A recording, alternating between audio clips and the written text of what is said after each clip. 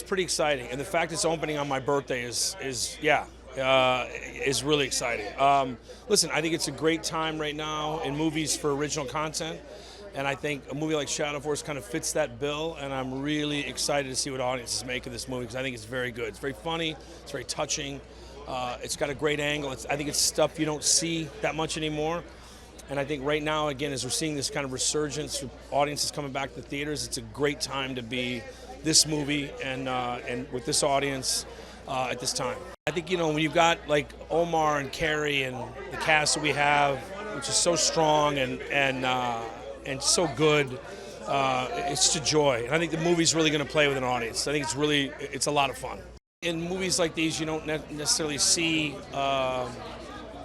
that type of dynamic in a film where it's a mother and a father and a son, and they're kind of deliberately estranged so that she can watch over her husband while he raises their son. So it's a really fascinating dynamic in that way that you don't see that in movies like this. And I think that because Carrie is so good and so naturally maternal, you could pull that off because she's so relatable in that role. And there's a tremendous scene in the movie where she kind of reunites with her son after many years.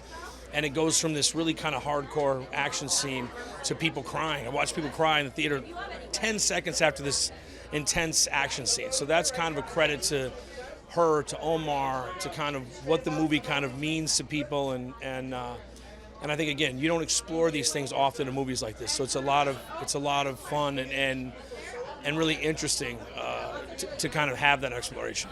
I don't think there's a movie like this. I think what makes it so fresh and makes it so different is that the characters are uniquely grounded and personal, and they feel like people you know. And oftentimes in movies like this, there's a disassociative quality. You don't really feel connected to these characters. And in this movie, you feel intensely connected to Kyra, connected to Isaac, connected to Kai. So it's a different look and a different angle with the spy genre.